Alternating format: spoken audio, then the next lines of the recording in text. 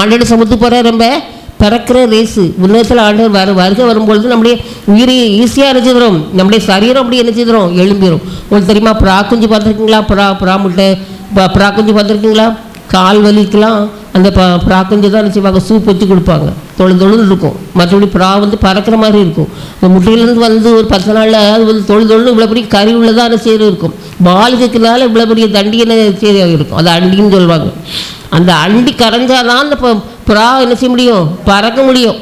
அண்டி உள்ள தொக்குகளும் இருந்துச்சுங்கன்னா அதில் பறக்கவே முடியாது. நம்முடைய ஆசைகள், நம்முடைய ஆசாபாசங்கள் அதிகமாக இருக்க நம்முடைய ஆண்டவருடைய சன்னிக்கு என்ன செய்ய முடியாது, போகவே முடியாது. அப்படி தானே ஆண்டவர் திடீர்னு வருந்தாச்சுன்னா நம்மளால என்ன செய்ய முடியாது, இதை விட்டு போகிறோமே அதை விட்டு போகிறோமேன்னு சொல்லி எண்ணங்கள் தான் என்ன செய்யும் இங்கே இருக்கும். ஆகையினால நம்ம கூடிய மட்டும் என்ன செய்யணும், அதிகப்படியான ஆசைகளை அதிகப்படியான இதுகளை நம்ம என்ன செய்யக்கூடாது, வைக்கவே கூடாது. ரொம்ப முக்கியமான இப்படிலாம் யாருமே பேச மாட்டாங்க.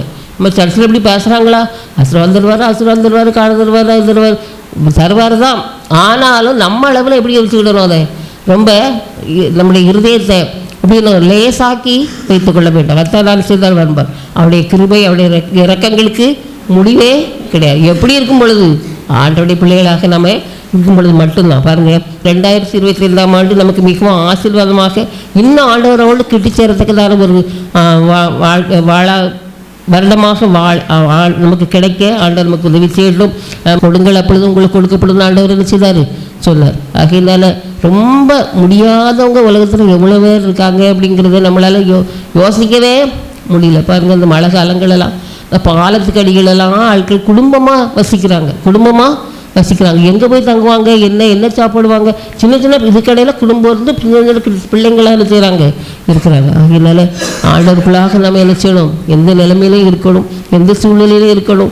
பாருங்க, தாமரை செடி தண்ணிக்குள்ளே தான் இருக்கும். அதனால் அது இலையில என்ன செய்யாது, தண்ணியே என்ன செய்யாது, ஒட்டாது. ஒரு சொட்டு தண்ணி விட்டாலும் அப்படி கிழிந்தே செய்யும், அப்படி உருண்டு கீழே விழுந்துடும். அப்படி போன்ற ஒரு வாழ்க்கை வாழணும்.